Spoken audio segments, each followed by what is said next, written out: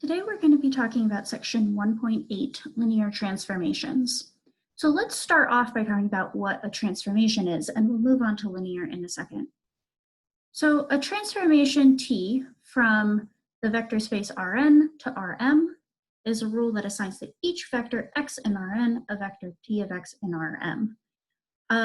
This should look fairly familiar. Think of this as a function. So you have a vector x that you plug into this transformation. This vector x lives in Rn. These are the things you're allowed to plug in. This is called the domain of your transformation. And where the vector goes in Rm, this is called the codomain. The Tx itself is called the image of x. So T takes x in and spits out the image of x, T of x. Another way that we can write up shorthand for the transformation is T colon Rn to Rm. All this tells you is, again, you take something into Rn, your domain, and it spits something out in Rm, your codomain. So again, T of x is going to be the image of x. And so we have an adjacent definition, which is the range. The range of T is the set of all of its images. So that is not necessarily the same thing as the codomain. And maybe let's take a look at an example to see the difference. So again, we can think of transformations as functions, and in fact, every function that you've seen thus far in your math career is a type of transformation. So for example, let's say we have our function f of x equals x squared. Okay, so f is our transformation, and it goes from the real numbers to the real numbers. So our domain is the real numbers. We can plug anything we want into this function. Our codomain is also the real numbers, but you'll notice that the range isn't, right? Where can f actually send things? The range itself is going to be non-negative numbers, right? So here, negative numbers can be in the codomain, but negative numbers cannot be in the range. All right, so this is an example of a transformation.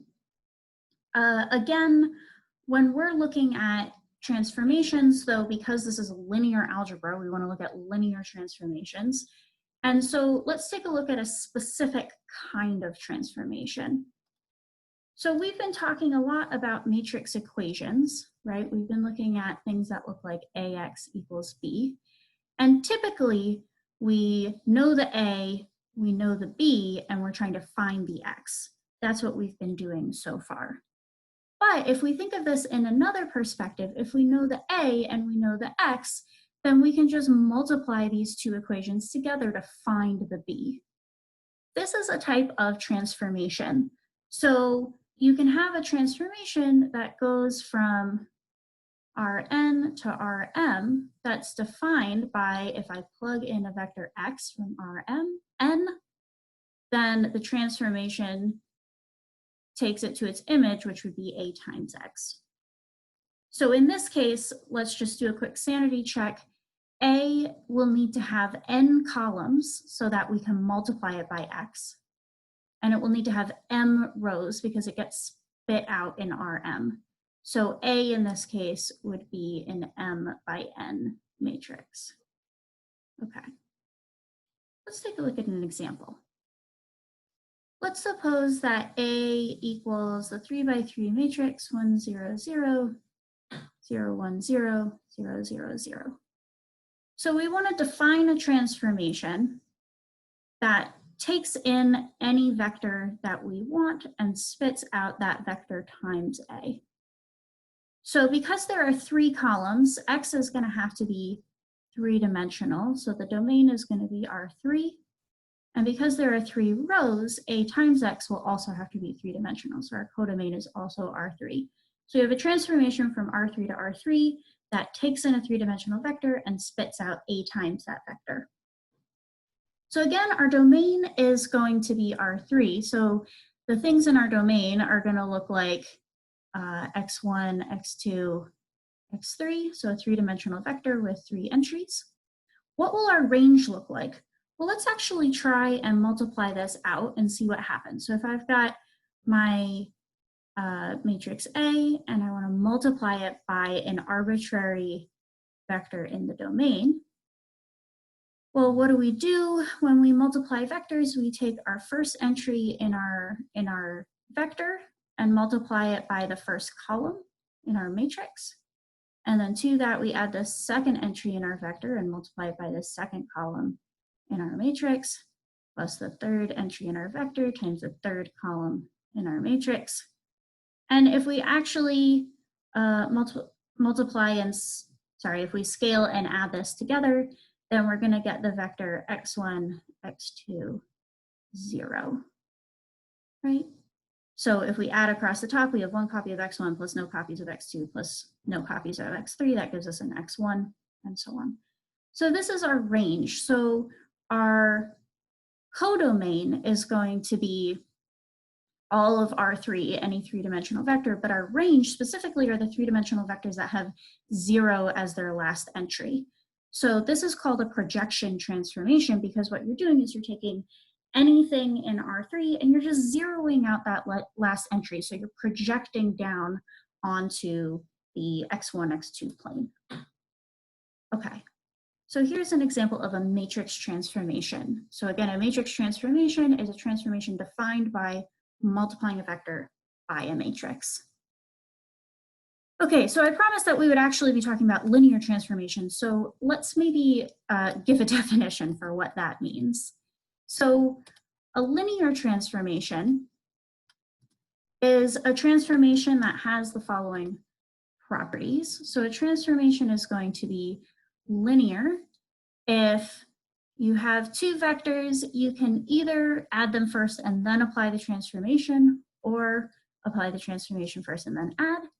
And if you have a scalar multiple, you can scalar multiply the vector first, or take the transformation first and then scalar multiply. These should actually look a little bit familiar. If you think back to section 1.4, where we were talking about matrix equations, we know that if we want to multiply a matrix times vectors, then we could either add the vectors first, or we could first multiply by the matrix and then add those together.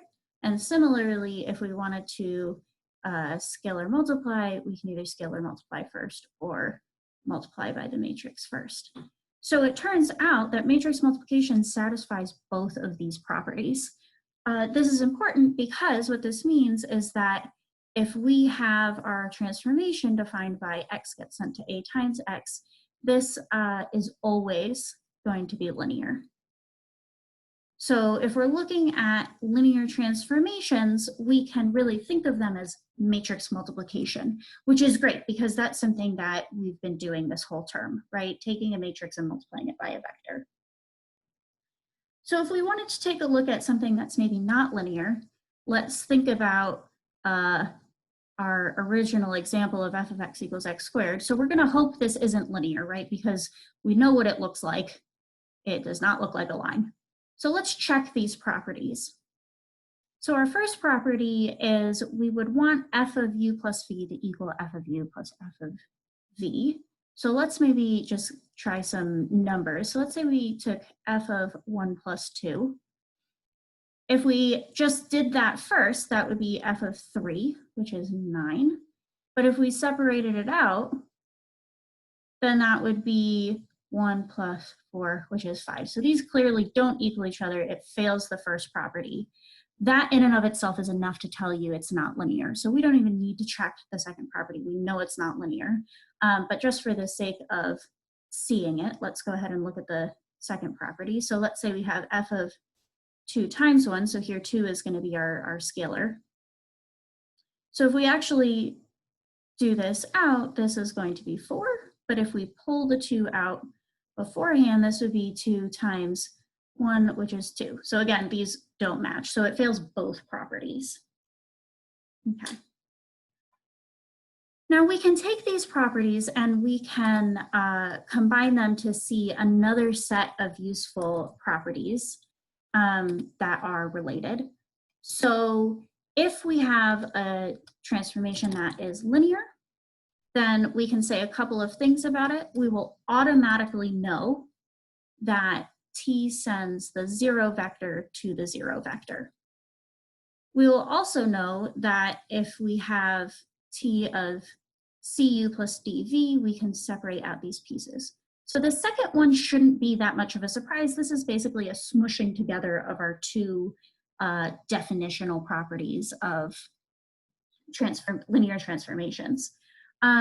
This first one is useful, but in and of itself not sufficient to say that a transformation is linear, right? Because if you think of our f of x equals x squared, we just decided it wasn't linear, but f of 0 does equal 0, right? So if you have a transform that sends the 0 vector to the 0 vector, that's not enough. You need to satisfy both of those properties that we just talked about. But if you know it's linear, you automatically know that it'll send the 0 vector to the 0 vector. So why do we care about these properties? Well, let's think back to something we've been talking about a lot, which is linear combination. So what does a linear combination look like again? This would be a scalar multiple times a vector, and then we can take the sum of a bunch of vectors. So we have c1v1 plus c2v2, as many as we want, up to ckvk. This is a linear combination of the vectors v1 through vk. What would happen if we take a transformation of it, if our transformation t is linear? Well, we can take this second property and see that we can peel each of these parts apart.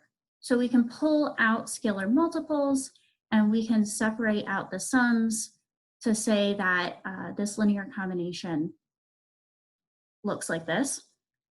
And this is actually incredibly powerful and incredibly cool, because what this is saying is that if you look at the image of a linear combination, that's the same thing as the linear combination of the images. And again, the linear combinations have the same weights and the same vectors. So if you have an object that you're building out of your building blocks that are your linear combination, instead of building it first and then transforming, you can just transform each of your building blocks first and then take the combination. In engineering, this is called the superposition principle.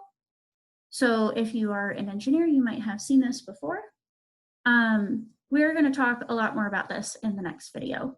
But suffice it to say, one of the coolest things about linear transformations is that you can apply them to linear combinations in whatever order you want.